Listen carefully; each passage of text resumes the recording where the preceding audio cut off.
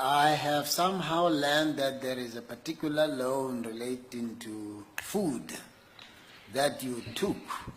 Yes. And I raise these things because many people in South Africa are poor and they could be inspired not to lose hope no matter their circumstances if they were to hear your story, considering the position that you have been nominated for. Tell us about that loan. Thank you, Chief Justice. When I finished matric, I was quite confident that I would get what used to be called then exemption, and therefore would qualify to go into university. I didn't think I would have a problem with getting that, and I was confident that I was going to get a bursary too. But my problem was that at home, the situation was quite bad. My mother had stopped working 2 years before my matric. She had lost her job, and by the time I finished what would now be called grade 11, she said she had exhausted all her savings. And so somehow I felt that the society, the community would be thinking that after matric I would now be able to go and work and help my mother, whom the whole community could see was struggling. But I wanted to go and do law, and I was determined, but I felt that I couldn't go unless I made arrangements to make sure that my mother and my brothers and sisters behind would be able to have something to eat. And my mother was not working. She was knitting and selling jerseys, but that wasn't going well.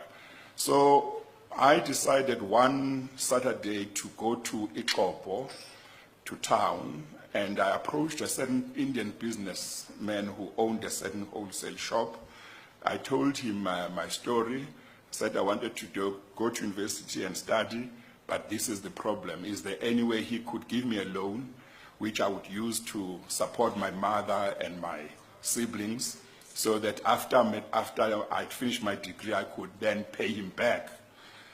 Very interestingly, that man didn't even ask me many questions. He said, okay, I can help you, but I can't give you money. I'll give you a voucher, which you must give to your mom.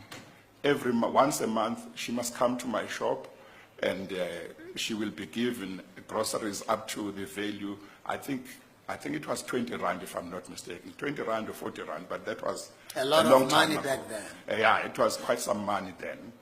And he said, until you finish your degree, this is what we'll do, and then you can repay it after your degree. So I was very happy. He didn't ask me to sign anything. He just took my word. And my mom could not believe it when I came back from town and told her that I had been able to make arrangements so that they would be able to have groceries while I was studying. And that is what happened for 3 years. And when I'd finished my junior degree, I went back to this man. His name was Mr. Musa, and thanked him and asked him what arrangements we could make for me to pay back.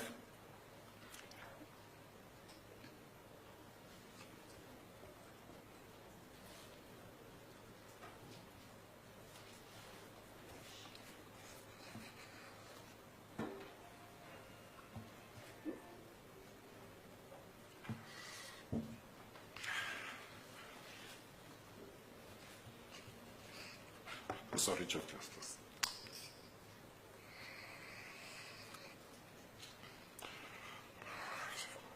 So he said, no, don't worry.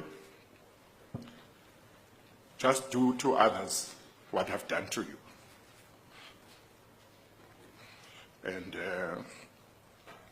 And I thought that was very important. And in my own small way, I tried to do that.